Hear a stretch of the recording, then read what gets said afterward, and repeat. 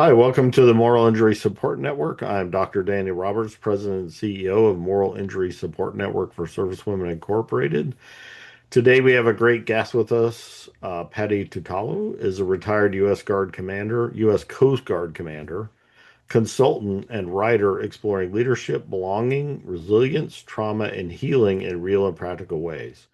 Drawing on more than 2 decades of military service, she believes that the best leadership is grounded in humanity, empathy, and the willingness to confront both our strengths and our struggles.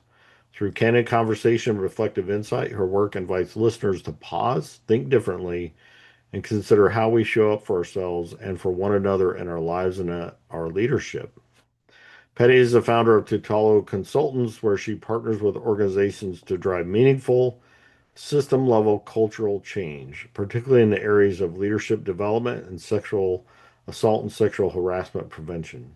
She's also co founder of WAVES, Women of Veteran Executives, and regularly hosts leadership and reflection retreats that blend strategy, self awareness, and community. Informed by her military experience, training in holistic counseling, and advanced education in public leadership from Harvard, Patty's mission is to help people and organizations create environments where everyone can feel safe, valued, and empowered to lead. Welcome to the show, Patty. How are you? Thank you. Thank you for having me. I'm honored to be here. So, 20 years in the Coast Guard. By the way, I agree with your leadership philosophy. It is about humanity, empathy, and other things. We'll get into some of that. But so you served 20 years in the Coast Guard. We don't get a lot of coasties on the show, so I'm glad we got one. That's great. In fact, I never even met a Coast Guard service member until I was at the Sergeant Major Academy in the Army. But the Army and Coast Guard don't tend to travel in the same circles. So, 20 years, retired a commander. I'm sure you had lots of great experiences in the Coast Guard. Yeah, well, first, I just want to make a point about being a unicorn, being in the Coast Guard. So I had to go to Quantico Marine Corps Base one day for a meeting, and their numbered buildings are not intuitive. And so I go up to this person at the smoking pit and I said, "Hey, can you tell me where this building is?" And he's like, "Sure, sure, sure." He's like, "I'll just take you there. I'm headed up that way too." And I said, "Okay." And meanwhile, he's like saluting, doesn't know what to salute. He was all awkward and like Yeah. confused. And then he stops and he says, "Ma'am, I'll have to ask you, what are you?" Yeah, that's right. I'm in the Coast Guard. He says, "I've never heard anyone in the Coast Guard." And I thought it was just hysterical. Like this poor kid, like just never, he had no idea what to do, how to act. And I'm like, dude, I'm chill. Like we're not like the Yeah, Marine Corps. Thanks for right. the salute, but let's keep going. Yeah, so I've worked in different places throughout my career where I was kind of the unicorn, both at the Pentagon and then I did a tour with the Navy. So it was always interesting to be the one to represent the entire service, so to speak. Um, but yeah, my time at the Coast Guard, it was a lot of growth, I would say, is how to sum it up. A lot of learning about not only myself, but about leadership, about people, which is actually one of the main reasons why I joined was to sort of get a different perspective than I had. I grew up in Western Pennsylvania and very, a small town, but also like not very diverse, not a lot of, Yeah. it was a lot of groupthink going on there. And I just always wanted to just see the world, not to be cliche, and so part of that was I wanted to learn more about different cultures and different people. And it's just always been a real passion of mine is to, um, it's kind of like what you're doing is like, what's your story? What motivates you? What's Yeah, your purpose? All of that right. kind of stuff and how people see the world sort of from their own lens. So yeah, my career was not a ton of operations. I did one tour afloat, and then after that, I did a couple tours, like a command center, which is kind of operational in the standpoint of coordinating search and rescue and law enforcement operations from shore. Right. But then I sort of shifted into more of the human resources internal to the Coast Guard perspective. and DoD for that matter. My tour at the Pentagon was about military compensation policy. So I was in more of the policy and execution of the policy um, standpoint for most of my career, and that sort of tailored my, I would say, my passion um, for the work I do currently. Um, because while I was in the Coast Guard, I was that person who people would come to with their problems. Mm. And still to this day, I cannot go to the grocery store without somebody telling me their random problems. It's just, I don't know, an energy or something that, I don't know. I've been working on it, but I feel very blessed though that people will uh, Yeah. tell me their stories. And because of that, I I can't just hear a story and not take action on it. And throughout my career, I heard stories of injustice. I heard stories of abuse. I heard stories of crimes, actually. And I said, we couldn't just hear them over and over without doing something. So that really informed a lot of my career and the career choices I made and which positions I went into. The last tour of which was I was the gender policy advisor and in the Office of Diversity and Inclusion. And in that office, the second I arrived, I said, let's start working on some of these women's issues, particularly. And so we started with a women's retention study, and to really get some good quality data and really quantitative data, but more of the qualitative data of Right. understanding what is going on for our service women in the Coast Guard. What is their experience like? Why are they thinking about leaving the Coast Guard? Um, how do we make adjustments to policies and environments and cultures so that we can retain more women? So um, that was sort of my, I guess, my summary of my career path, and then what I did at the end, and now leads me to what I'm doing now. Yeah, and we'll get into what you're doing now, all about that.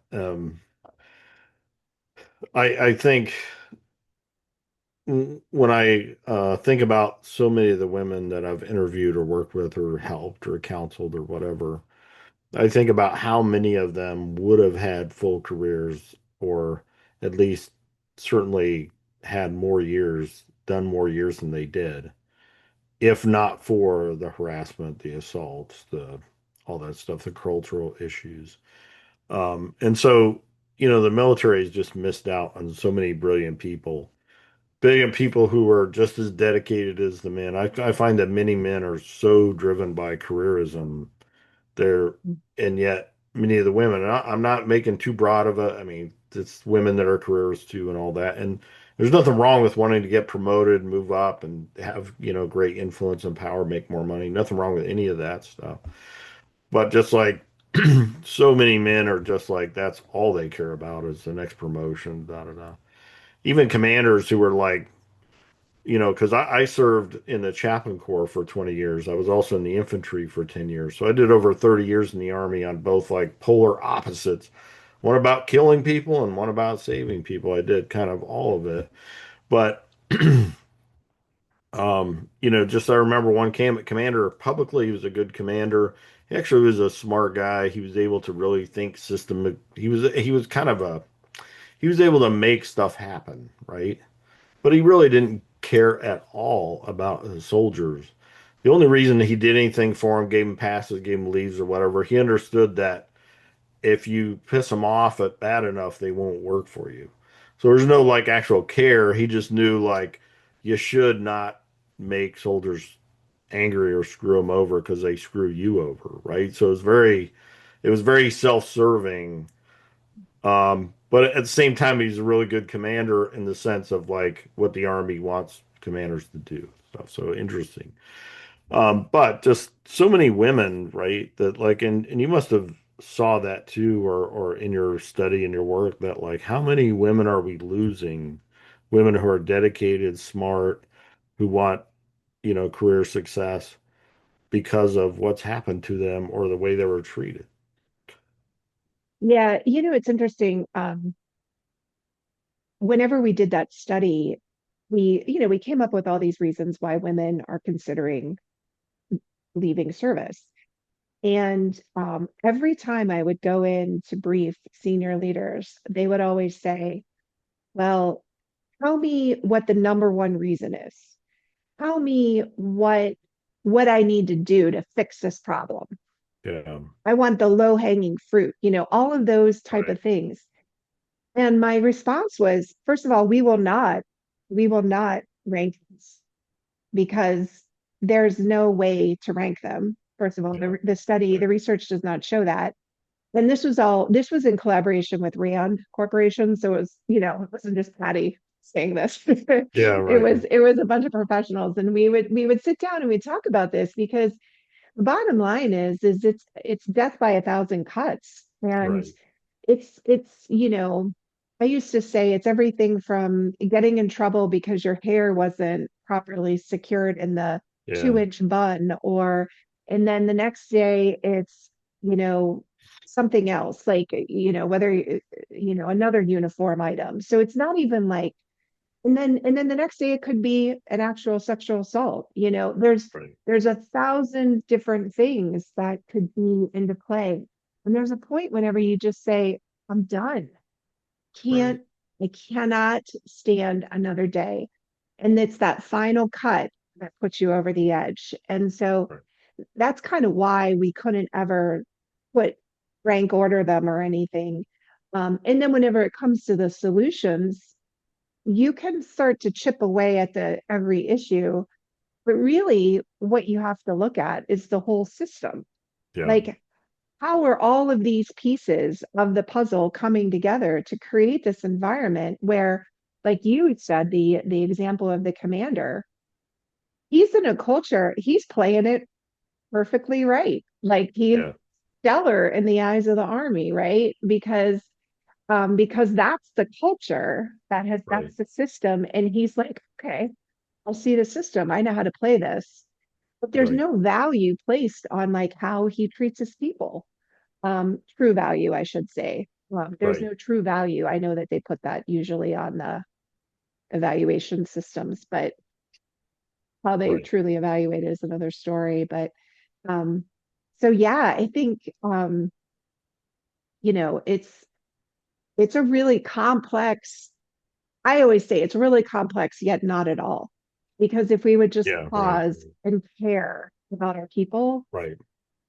how much that would go long, long way for not only just retention, but mission execution. Right. Like that's the piece that it's a ripple effect. If you treat your people well, that leader can make the United States of America a safer place. Right. They never make those leaps to the ripple Yeah. effect of how that happens. So yeah. Yeah, no, I think you're exactly right.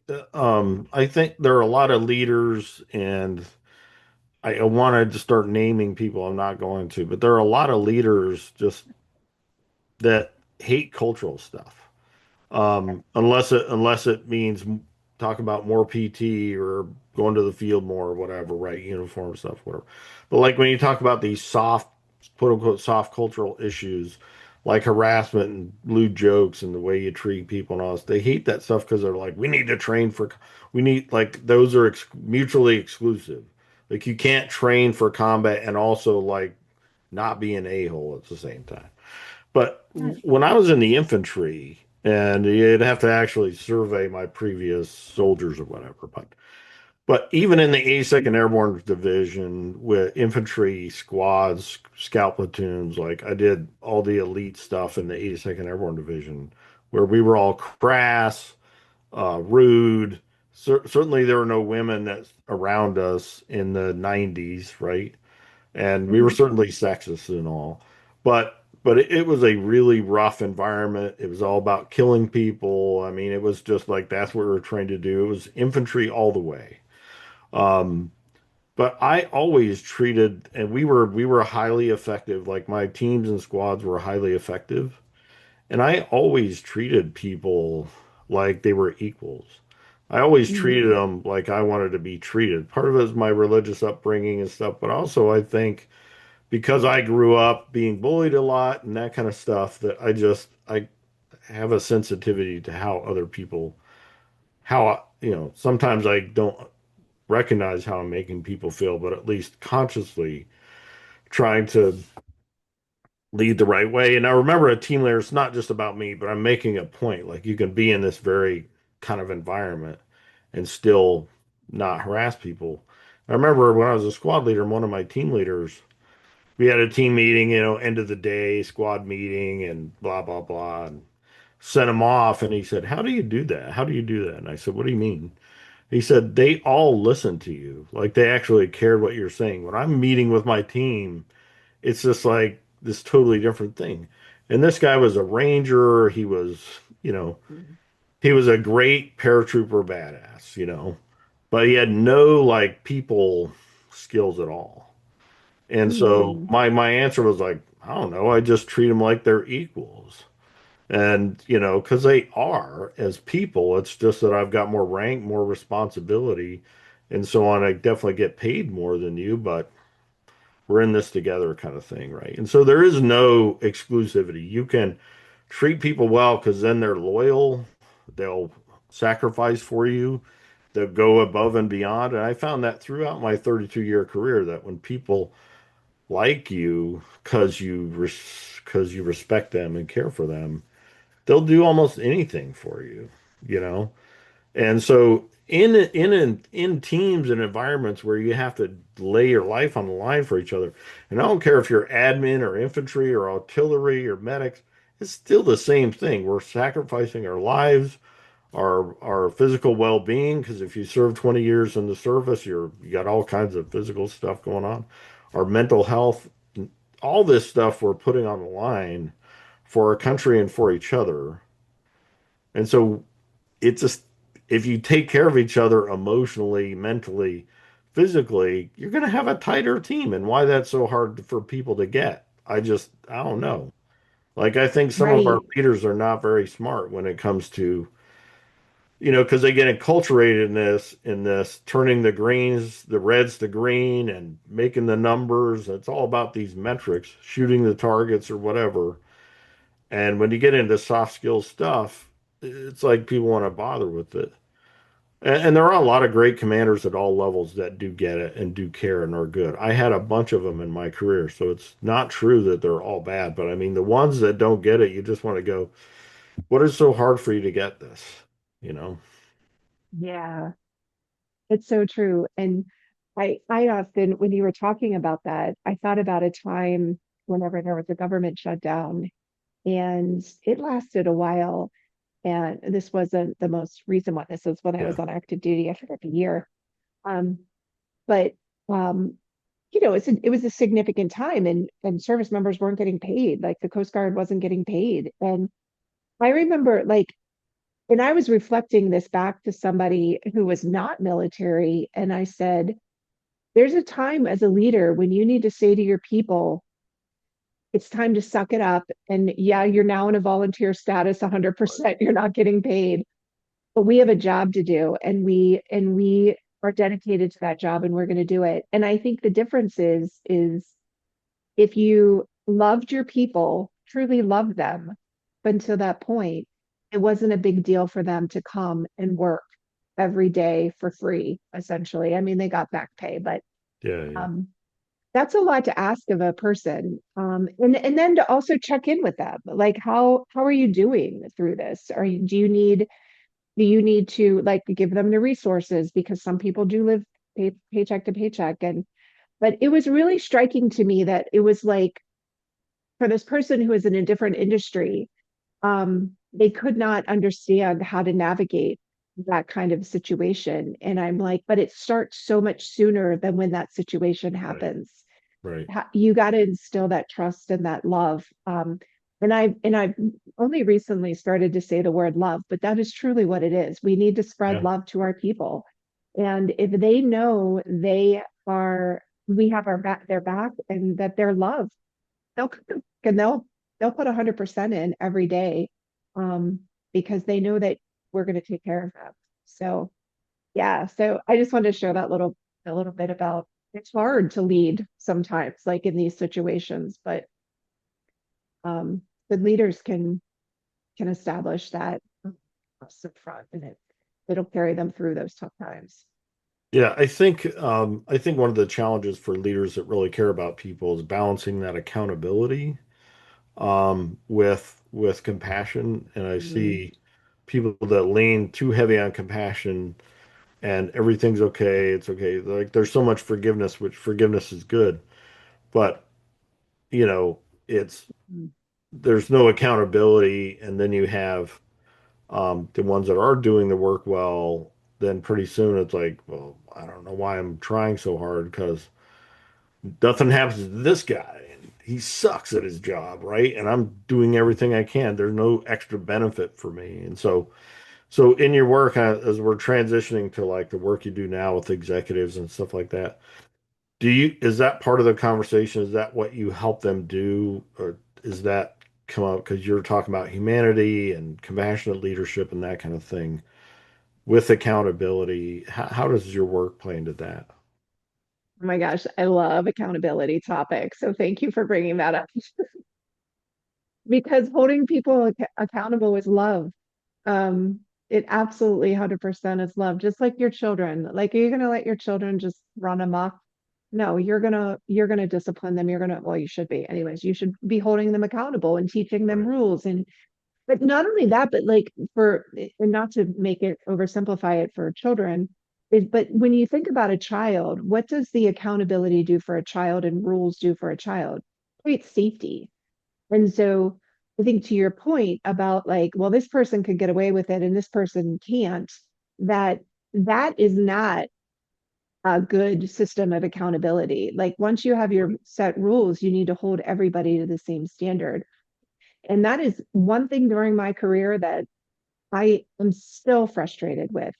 In particular, the Coast Guard. The Coast Guard had a really rough um, 4 years recently where Operation Foul Anchor was released, which is a report that they tried to cover up, but somebody leaked it to Congress. And basically, Operation Foul Anchor was an investigation by our investigative service to look at sexual assault over a period of time at the Coast Guard Academy over a couple of decades, I believe.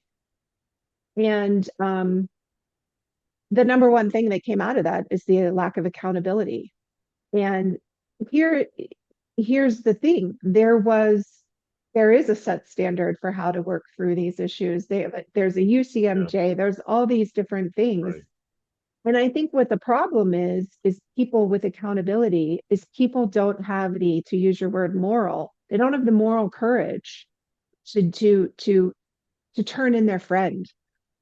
Being Yeah. a very, very small service, everyone knows each other. And if I had a dollar for every time I would sit down with a senior leader and they would say, but Patty, they're a really good guy and Yeah. they've been Right. serving for 25 years and they have a Yeah. flawless record. I said, yes, sir, I understand that, but they committed a crime.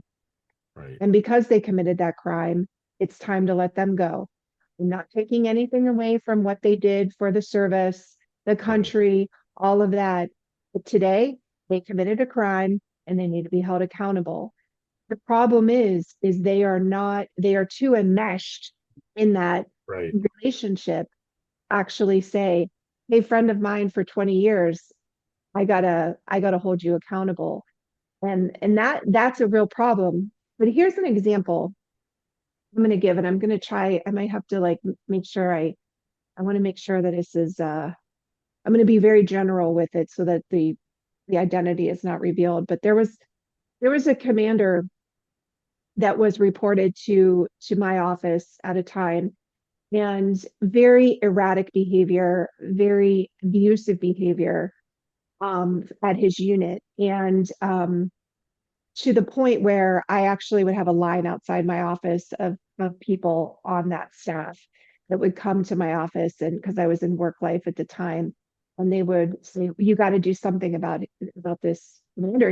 He's off the charts mentally ill. He's not well. And it took quite some time, but it ended basically with the person having an altercation. in a bar, and they got relieved of that duty. They were never really held accountable for all of the other stuff Mhm. they did, the careers they destroyed while at that unit, the people's, I mean, everything from like making a service member who had a fractured back. The commander overrode the doctor and made them sail with the fractured back.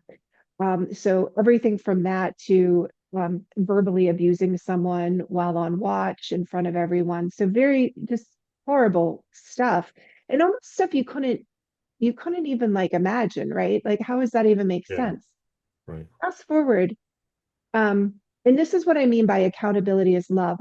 Those actions were a cry for help. right, And right, nobody viewed it as that. right. They viewed it as, oh, he's a good guy, he has a good career. It's like, no, he is crying out for help through those behaviors. Fast forward years later, I get a call from my former captain who was at that unit with me, and he said, Patty, you'll never believe what happened. That person died by suicide, and 2 days earlier, his wife died by suicide, which is interesting, like how that, I don't know what the circumstances were there, but I thought to myself, imagine if there was a different route for that person. Imagine if accountability, because accountability is truly love. If somebody is behaving in a way that is criminal or abusive, or if we hold them accountable, we are maybe changing the trajectory of their life for the better. So we kind of need to frame that, I think, in our culture in Yeah, general. yeah. So yeah. That is brilliant. That is really one of the most brilliant things I've heard or read in a long time. And it's really is true because um, I think that piece we need to add, and the other piece is, in I come from very religious, and my uh, as I look at the Bible and I look at like in the Old Testament all these laws and so on, and I have some friends that are rabbis, and I am not Jewish myself, but I read a lot of stuff that they ask me to read, right? Because I think they have such a rich tradition of being Mhm. able to understand God and why he has all these laws and so on, um, and what that's about. And what I really learned is that God has all these laws and ways of behaving because we're so valuable to him, right? It shows our value. And so when we hold people accountable, we're saying, I love you and you're valuable. And I want to help you get on the right path so you don't hurt yourself, hurt other people, whatever, make a mess of your career.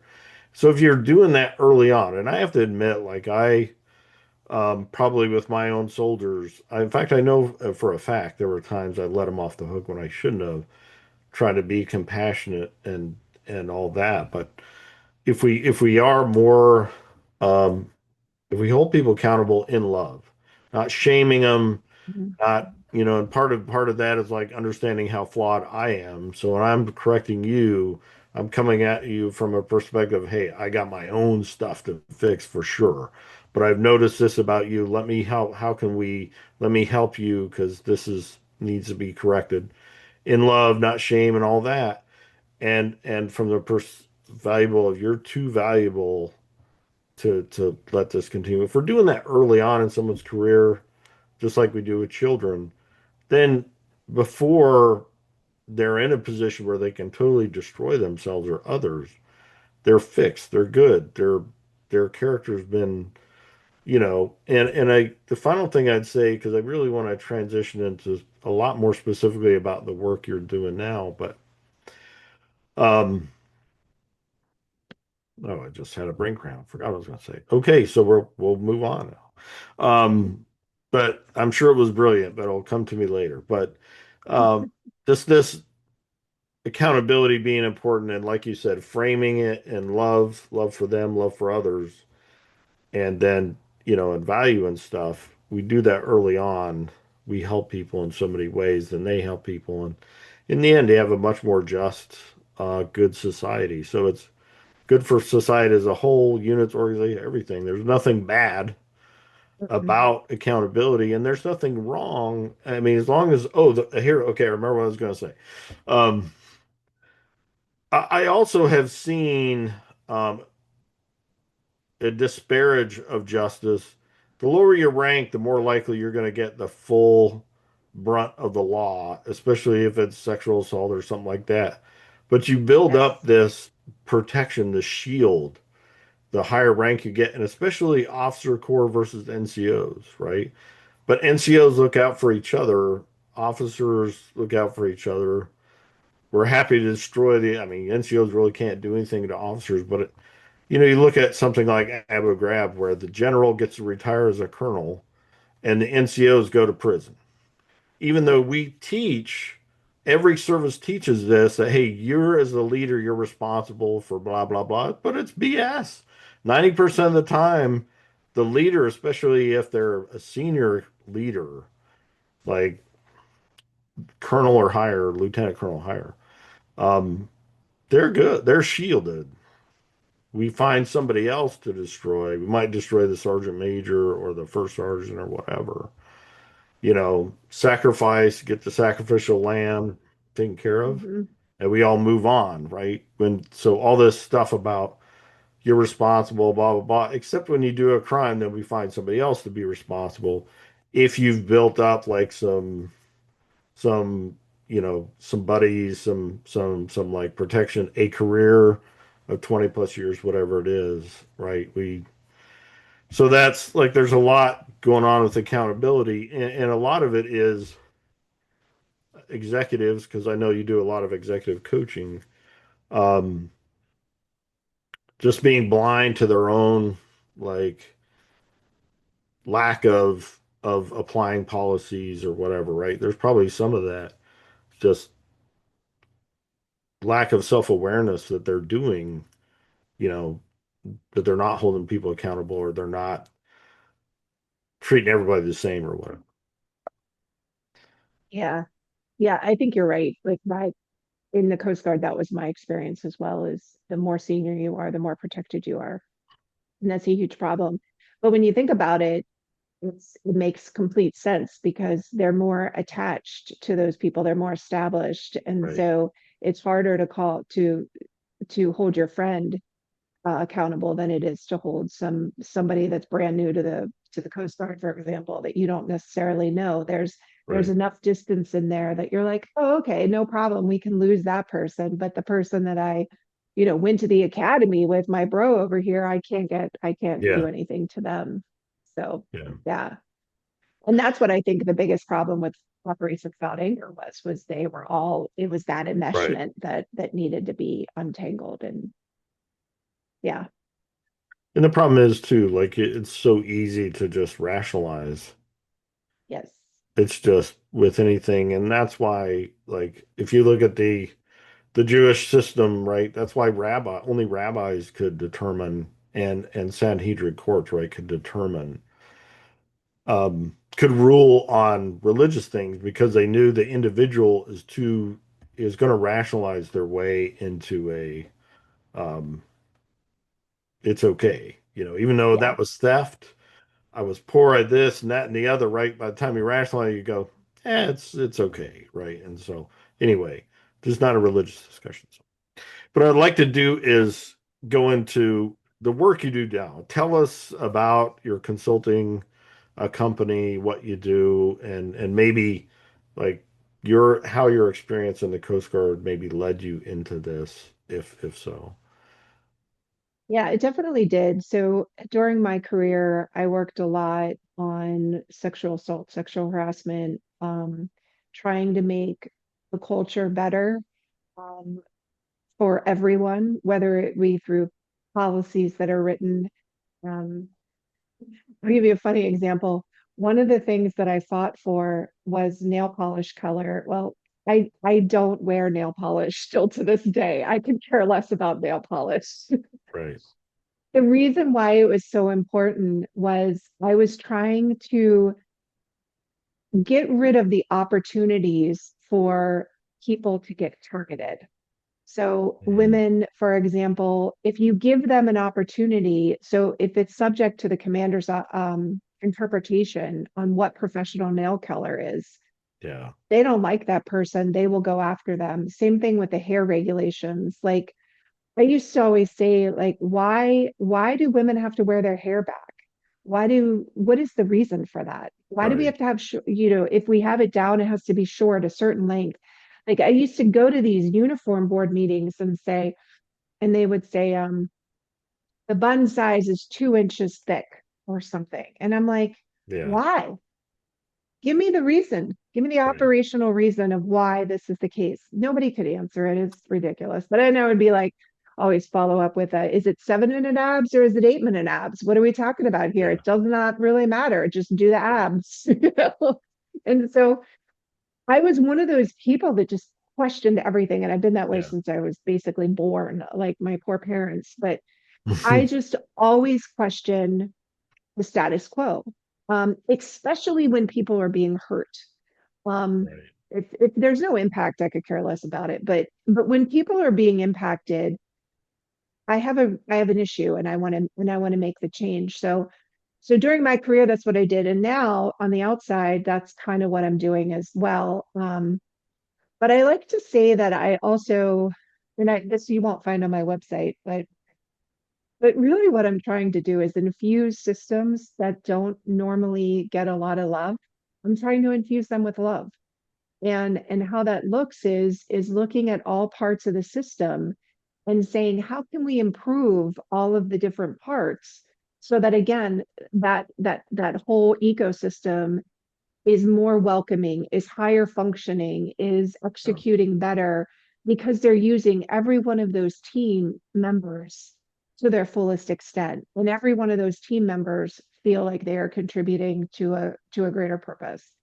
And I mean, and that's, I would never start with that whenever I'm working with, primarily I work with male dominated environments. So you have Right. to like ease into it a little bit Yeah. more. Yeah. But essentially that's what I'm doing is how can we hold the space for everybody in the organization um to to make the organization better. So primarily I work with, I said male dominated, so maritime industry, it's 2% women worldwide. So that is definitely an space that I find very challenging, but also very impactful, being able to help them through some of these challenges. Um, and then I also love giving workshops and trainings to different organizations. Like I've done a bunch of military trainings and workshops. One of them that I'm pretty passionate about is also feedback and how to give and receive feedback. Coming from a place of, obviously you need to make it very concrete, but also coming from a place of good intention and knowing who you are Right. as a person before you go and give the feedback. What are your biases? What are your thoughts on different topics so that it can be effective feedback and to sort of open that door up to that dialogue between two people. Um, and then and then I also do women's retreats, which is really one of my passions. And I think I might venture into men's retreats as well. So I don't know. That's one thing that I'm kicking around. So stay tuned on that. But I think it was 2023, the Surgeon General did a report on loneliness, and the US is at an epidemic level for loneliness. And men are worse than women when it comes to being lonely. Absolutely. So I love doing retreats because one of the things we do is come together in community and collaboration, and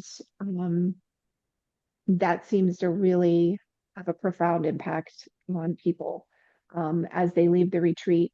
Um, they not only have a better sense of self and purpose, but they also have a community that really truly sees them. They don't have to hide, they can just show up exactly who they are um, and then take that out into the world. So I think that's kind of an overview of all of the things for my consulting business. Yeah. Well, that's really great. I think one thing men should understand is that if you make life better for women in your organization, your life would be better too. And we're just so like enculturated in the idea that it's about metrics, it's about numbers, it's about success, it's about achieving, it's about dollars. Um, and I I am learning so much getting into, like, I worked with Rabbi Sachs for years ago in when we were together in the army. But I find now, like, even now, I just gain a lot of wisdom from conversations we've had and so on and so forth. And one of the most interesting ones, you could agree with this or not, but it has like really practical implications. What we're saying is that, Orthodox Jews believe that God determines in advance how much money you're going to make that year, right? And so no matter what you do or don't do, you're not going to cross that line, right? You're not going to make more because he has determined that's how much you've merited, right? That's how much that you've either through your labor, your work, all. I mean, who knows? Like, there's a million things he takes into factor. I'm not telling you how I know how God calculates that, but he does, right? He figures out. So no matter what you do, you can't make more or less. Even a lazy person will make whatever God designated him to make. So the benefit of that is that you're able to, instead of saying, um, but you're also expected to work, right? But this the balance between trusting in God and working hard, there has to be a balance. And the way you find that balance is do a normal amount of work, right? For the industry or whatever you're in, and do it completely honestly and ethically. That's the expectation. God will give you what he gives you, right? Mm, So you work ethically, a normal amount of work. You don't do more because you need life balance. You don't do less because it's wrong to be lazy, right? Or it's wrong to cheat your employer and stuff. But you disconnect that from how much money you're going to make. You work because God will command you to, and you want to honor and serve him, right? You get the money that God decided you're going to get for whatever reason. mm, The benefit of that in what we're talking to here and men is that we tend to work like a dog under the arrogant assumption that it's totally on us. yes. If I don't Yes. work, I'm not going to have money. My family starves. I can't pay my bills, blah, blah, blah, all that. It's on me. Mm, So every moment that I'm not working, it's not true for every man, but especially go-getters, type A's, whatever. The reason why we're type A's is because if we don't work, it's all going to fail, right? Something's going to go wrong. It's going to go bad. And so we take that into everything we do. And I am totally guilty. You can ask my wife. I'm not going to give you her number, but because she'll tell you it's right that I tend to get so focused on work, even though I work from home, that she gets yes. ignored, you know? And because I thinking I got to do this, I got to pay bills, whatever. But coming under this understanding, it's like I'm actually violating and decreasing my own blessings by working too much because then it shows I have lack of trust Mhm. and I'm violating, God's expectation that I perform and be as a husband and father, right? So that's a religious understanding people don't have to have, but the, just like with men, we've been so enculturated all our lives that the most important thing is work and it's our responsibility. It's on us. Like, it's no wonder men are, and then they expect that from all their employees. And, they see, we've also been enculturated that women are weak and they cause problems, all this other stuff. But all that stuff is a lie, but it's extremely hard to break through people's cultures, whoever they are, men, women, or whatever, because we're often we're working off of commandments we were given, like social commandments, not biblical commandments, but social commandments we were given by our parents, and that we Mhm. were taught, and that we get a system like the military that only reinforces this notion of working till you're nearly dead, because that's what the mission is, that's what's required, and all this other stuff. The idea of like these quote unquote soft things is just people get so angry at it because it's just so against our programming. Right. Yeah, I think I'm so glad you mentioned that because um that's actually why I want to do the retreats for men is because I've actually been working with a group recently about on a co-ed retreat. But one of the things but there's more men on the group that's planning it than women.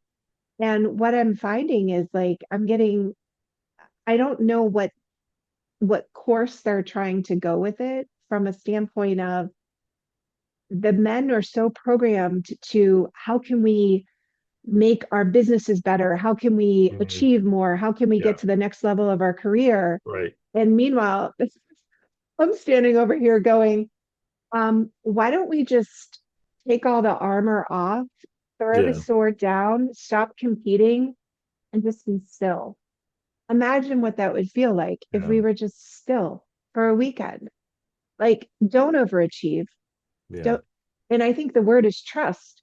Trust that you can take 3 days off from trying to be the overachiever provider, hyper masculine provider, right? That's another piece of right. it is being more masculine, meaning tough, and not Yeah, yeah, having not absolutely. having that heart and soul. Let all that melt for just 3 days. Imagine what that will do for your business, for your creativity, for your Yeah, innovation, for your health, for your everything, for your family, for your wife. Like imagine what that would do. And but I think trust is a big piece of that. Trusting enough that you can take those 3 days to just allow it all to just melt for a day. Um, but I think coming out of that, you would be so launched. yeah, All of us would be, it would be incredible. right. So yeah, I appreciate you mentioning that because you're sort of validating the direction I was going with that. Yeah, no, that's a tough road to hoe though, because um, as I scroll through like, the reels or whatever, I don't spend a ton of time on social media, but I do. I mean, when I'm looking to relax, I'll do some doom scrolling, right? Hmm. But these dudes irritate me so much. These guys, I was a Navy SEAL, and go to my retreat and I'll show you how to be a real man. And this, I'm like, I'm totally a real man. And I don't have to, I wear a beard because Maggie says I look like Santa Claus. So she wants me to wear my daughter. That's why I wear a beard and I hate to shave. But it's not because I think I'm more of a man because I wear a beard, you know. And these dudes are like these mountain retreats, and you'll come out like this. We men don't have a problem with that stuff. So you're missing the point. Like Hmm. most men are totally trying to be that. And we've even like heroized every male profession because men want like that hero thing. And so but these guys are like, if you're not taming the wilderness and shooting guns and all that stuff I love, don't get me wrong, right? I do, but I don't think it's like has that doesn't make me more or less of a man. What makes you a man is honesty, integrity, compassion, love, treating people, all that stuff. Not Yeah. the, you know, killing things or breaking things, climbing mountains or whatever. But like we're so enamored with that, and so many men are afraid. Like inside a lot of men, there is some softness, there is some things they want to let out, but they're afraid to do it. They don't want to be Yeah. like around other men thought less, and they're also excuse me about the trust piece, they're also afraid like if I let my hair down, will I recover? What's going to happen if I'm not thinking about my business all the time? What's going to happen to it and stuff. Yeah. And so like I don't care if you're religious or not, it's not all on you. Like I think it's far better, like from my perspective, it's all on God. But even if you don't think that, even if it's not all on you. Like it's Right. completely impossible for any person to make their life happen the way they want to without some intervention. You can call luck, you can whatever. You can call it the universe or whatever you want, but that's impossible. And so you're killing yourself thinking it's all on you, and it's not. Yeah. And that's a retreat like that would be a way, I think, to help men. Like if you could really speak to men um, about that thing, I think it could transform their life because when I came to this recent real, I'd been taught this before, but it didn't really sink into me until yesterday, actually. Like this idea of, God has already determined how much money I'm going to make, and nothing I do or don't do is going to prevent that. It's determined. At first, you think, "Wow, that's kind of like a letdown because I know it's not going to be as much as I want, right?" But whatever it is, it's the exact perfect amount that is good for you. More or less would be not good for you for some way because it's also based on the trust that God only does good, right? So it's like, um, but just the like freedom as I started to think about that, I go, oh my goodness. Because one of the biggest problem I have, and you can, is that even when I was not working, I was working because I had to be thinking like, what am I going to do tomorrow? What's on my schedule? How do I get our advertising to work better? How about blah blah blah blah blah blah blah. So even when I was with Patty, I wasn't, right, and she knew that and stuff. So it's like helping men. I'd say men in particular, because that's what we're talking about, be able to divorce themselves from the idea it's all on you and to be a real man and be responsible. You're supposed to take on that entire burden. That's what makes you a real man and stuff. And it's like, no, you're killing people. Um, Yeah. and that's a real issue with men, and that's why they have part of why they have such a hard time being compassionate leaders and being, able to give people accommodations and to say, don't come into work, you're not feeling good, stay home. Right? Because they're thinking, oh, we're not going to make enough money. How we're going to, whatever it is, like we're not going to get all these metrics done that we have to do if I'm letting people stay home or whatever. Um, Yeah. but I think the heart of that is is this totally insane, arrogant, and really evil idea that it's all on me, you know? Right. So, um, Yeah. And I think too, like bringing it back to, you know, what women can add to that conversation is a little bit more of that balance is, I think a lot of women in the workplace, they are the person that will start to shift that culture a little bit. To say it's okay to go home early, like you right, said, it's okay to to miss this meeting because your kid has a dental appointment, or like right, giving that permission and modeling what it is to be a little more balanced is now don't get me wrong, women have a lot, they have their own challenges in the sense of like how sure, much more work they do in the work in the home right. versus, Unpaid labor for sure. yeah, that's another piece of the puzzle. But point being is like they, both can, it's it's like in a little bit of a breaking point right now where I think it's coming back into a little bit more balance. Like I shouldn't say that. We're starting the journey towards more balance is probably the best way to say it. Yeah, Um, and I think, and I just want to say one other thing to your point about the money and like how it's sort of a little bit predetermined and like you'll get what exactly what you're supposed to and what you need. yeah, yeah, My mom and I always joke about this because it'll be she'll get like little validations, I guess, because she's pretty much retired, her and my dad, and they'll schedule a trip, nothing extravagant. They have their RV, going on a trip or right. something.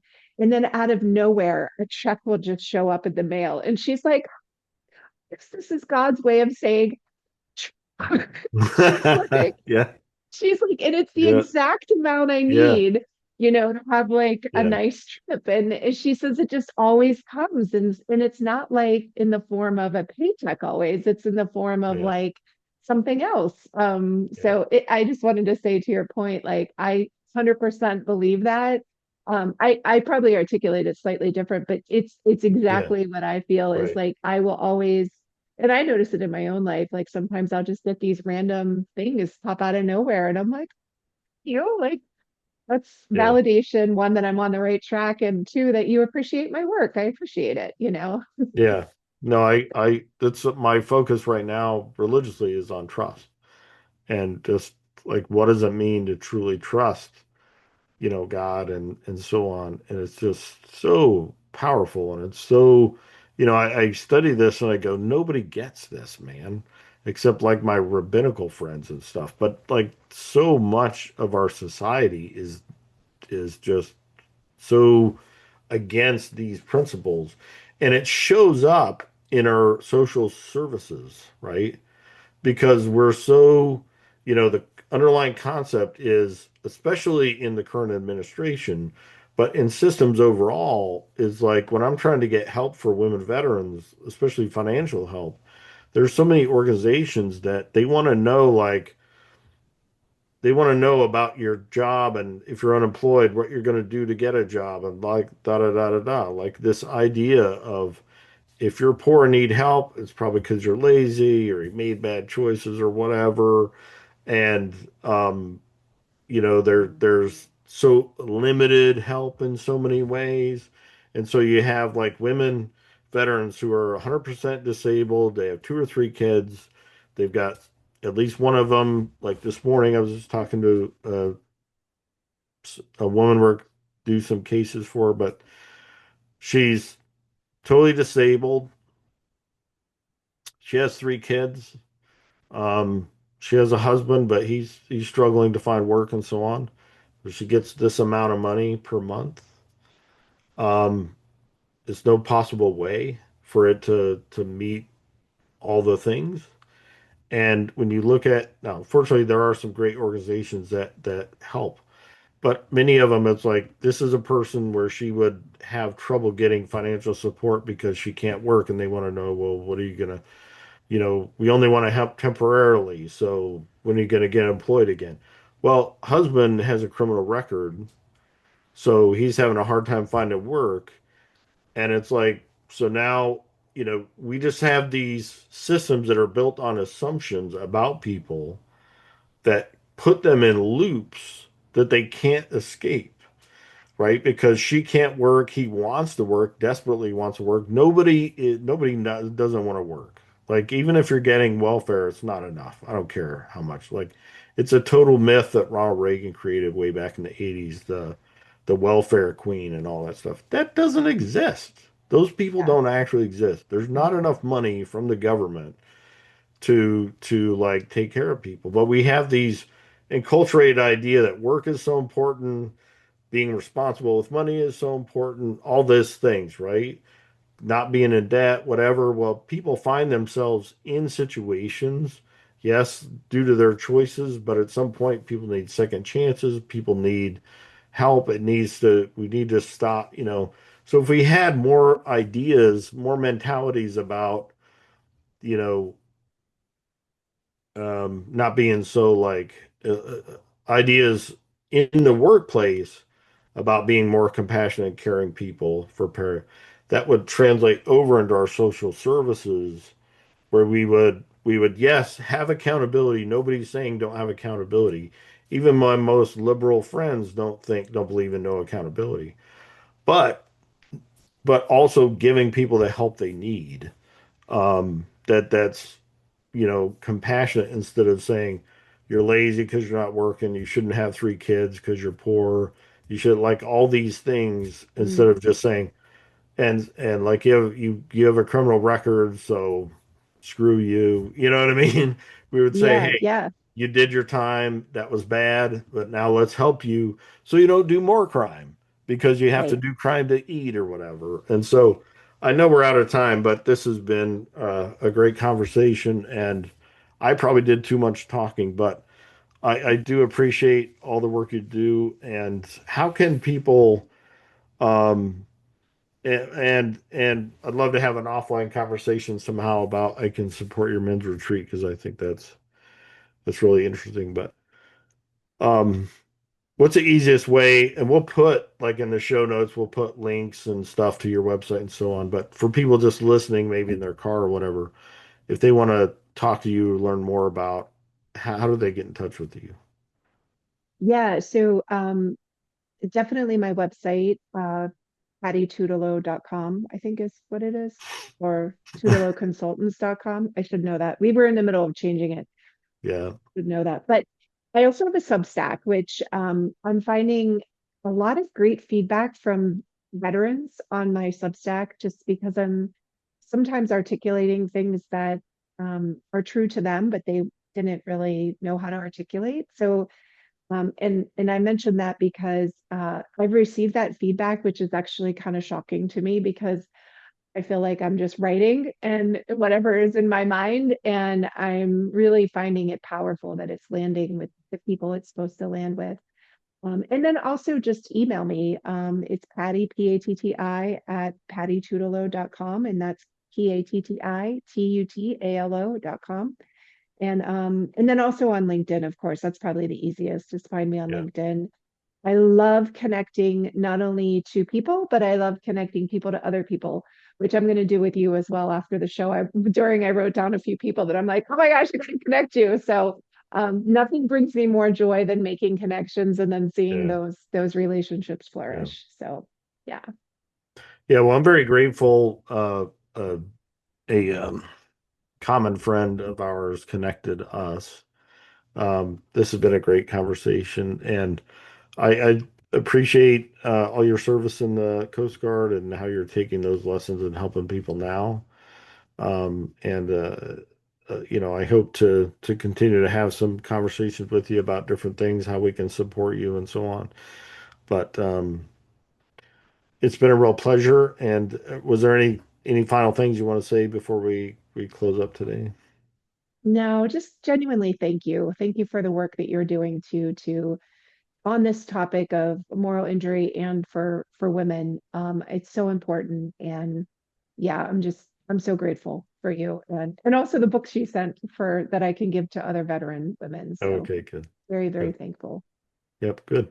Okay, folks. Well, that's it for this show. Be on the lookout for it, the full episode. It'll be on your podcast, all your podcast platforms, and on our website and so on. So, have a great day.